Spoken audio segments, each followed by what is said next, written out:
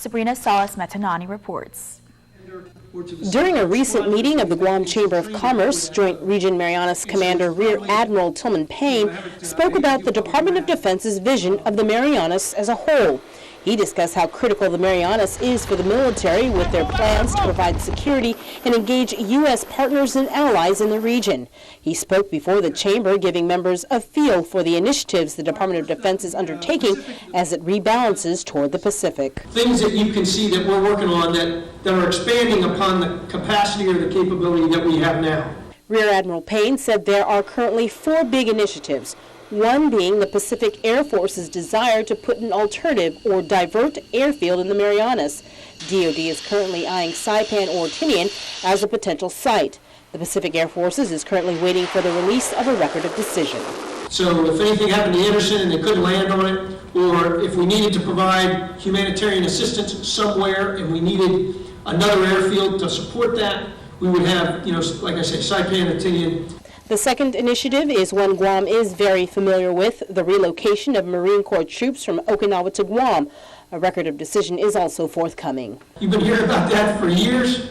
Everybody asks me when that's going to happen, and it keeps morphing little by little. It's not what it was originally going to be, the 8,600 down to about 5,000, but it's steadily marching on. The third initiative is DoD's plans for the MIT range, or the Marianas Island Testing and Training Range.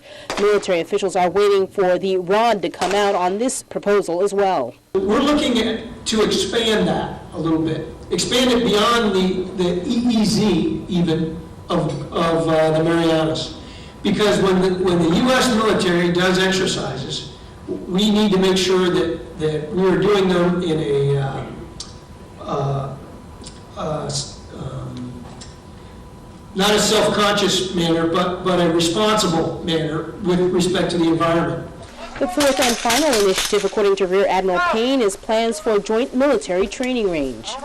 It's our ability to expand the use of Tinian and even perhaps Pagan, way up to the north in the Marianas, to accommodate some of the additional training we would like to do here, that the military would like to do, in conjunction with the Marine Corps move, and again, our rebalance to the Pacific.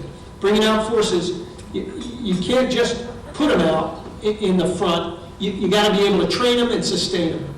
Aside from the 4 initiatives, which she referred as muscle moves, Rear Admiral Payne also noted 2 other big projects that are currently underway. The first of which is called Silver Flag Training, which is part of the reason why if you've ever driven by Northwest Field in northern Guam, you might have seen increased construction activity. One of the things that they're doing is the Silver Flag Training, which is a key component to Air Force training folks that are going downrange, whether the folks that have been going to the war or they're going out to deploy throughout Asia. They've been training at a school in Okinawa, and that school is moving down to Northwest Field. It's a throughput of about 1,000 airmen a year. The Silver Training will gear up in Guam in October. And finally, the second initiative is the future home porting of the USS Topeka in Guam. We have 3 fast attack submarines at Big Navy now and a submarine tender. We will soon have 4. It's about a year out. So we will have a 4th submarine out here. Again, it's evidence of what the Navy and what the Department of Defense are doing as part of the military rebalance to the Pacific. According to Admiral Payne, the submarine brings with it about 237 active service members, which represents $20 million in pay and benefits to sailors coming to the territory.